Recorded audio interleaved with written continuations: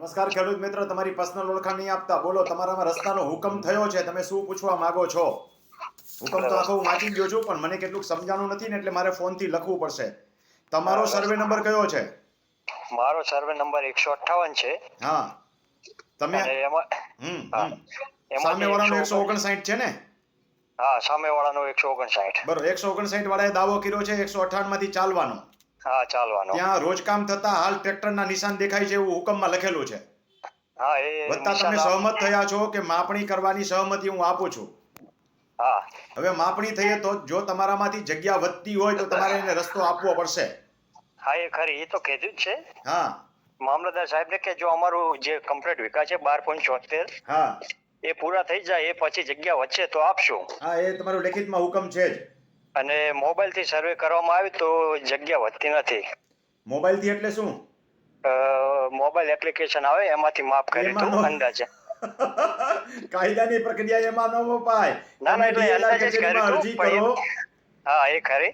એમાં સર્વે પોર્ટલ ઉપર માટેની જાઓ, અરજી આપેલી ઓનલાઈન છે. માપણીની અરજી કરો, સરકારી સીટ આવે એ જ સરકારી કામે માન્ય ગણાય.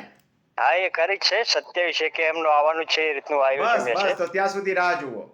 ઠીક છે સાહેબ. ભલે ભાઈ, આવજો. હા? અને કોઈ એવું બળજબરીપૂર્વક હુકમ ના કરી શકે ને કે આ રસ્તો છે જ.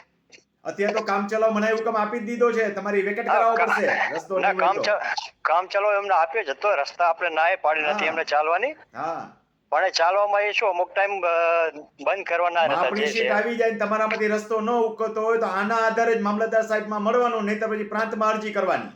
હા, બરાબર, ઠીક છે સાહેબ. ભલે ભાઈ, પેલા માપણી થઈ જવા દ્યો. હા, ઠીક છે. હવે સામેવાળાને પાછો વૈકલ્પિક માર્ગ છે ક્યાંય? હાલશે ક્યાંથી? ઉડીને જશે?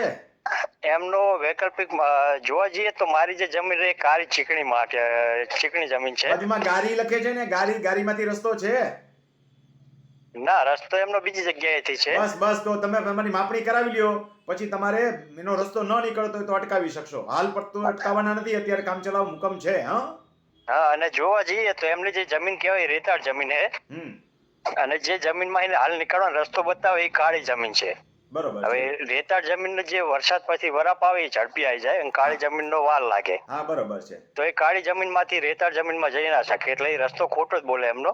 બરોબર છે. અને એ જે જગ્યાથી જવાનું બોલે એ તલાવ વચમાં આવે છે. અચ્છા, તો એને તમારે રસ્તો અને લેવો જ જે પડશે.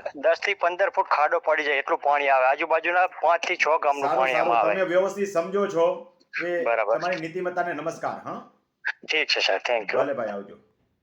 ખેડૂત મિત્રો, આવા ખેડૂતો હોવા જોઈએ કે રસ્તો નીકળતો હોય તો હું દેવા તૈયાર છું, પાછા સામેવાળાની પરિસ્થિતિને સ્વીકારવા પણ તૈયાર છે કે સામેવાળાને અતિ મુશ્કેલી પડે એમ છે. જો આવી રીતે સમજદારી આવશે તો મને લાગે છે કે તમામ પ્રશ્નોનું સમાધાન ઓટોમેટિક આવી જશે. ખૂબ ખૂબ આભાર, ધન્યવાદ.